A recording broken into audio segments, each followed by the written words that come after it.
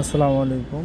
আমরা এই যে ১৪তম নিবন্ধনের কিছু ম্যাথ সলভ করব, যে ম্যাথগুলো আমাদের বিভিন্ন সময় পরীক্ষা আসছিল।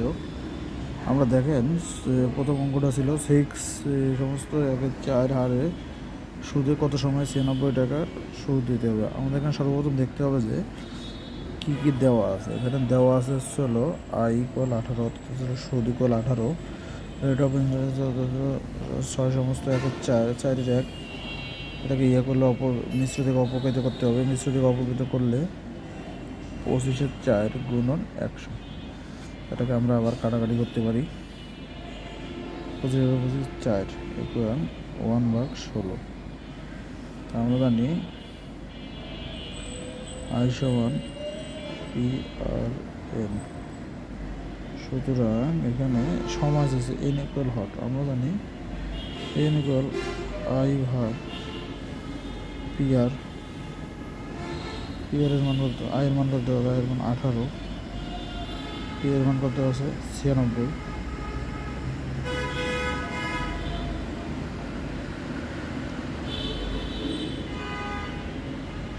আর এর মান দেওয়া আছে হলো 1/16। তার মানে এখানে 16, এটা এখানে নিচে 1, তার মানে এটা হচ্ছে হলো আর মান।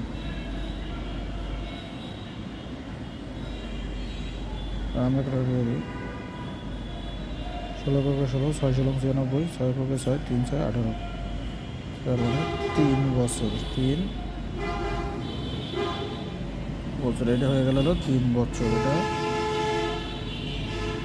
এইটা হচ্ছে হলো এই যে সময়। এবার আসতেছি আমরা 60 জন ছাত্রাবাসে 60 জন ছাত্রের মধ্যে 72 জন ফেল করলে পাশের হার কত? আচ্ছা, তাহলে 60 জন ছাত্রের মধ্যে যদি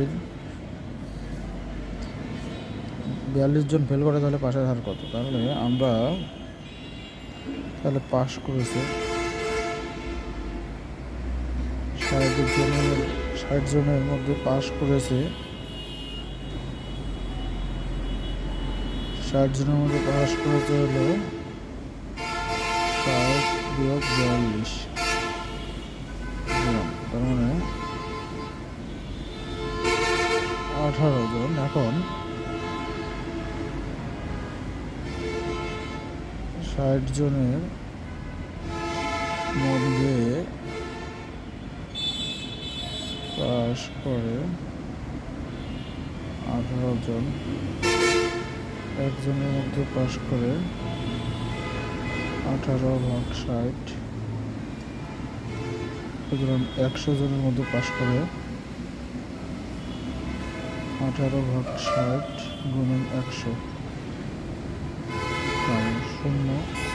0 0 6 300, 3 মিনিট আমরা 30 জন পাশ করে, তার মানে 30 জন। সুতরাং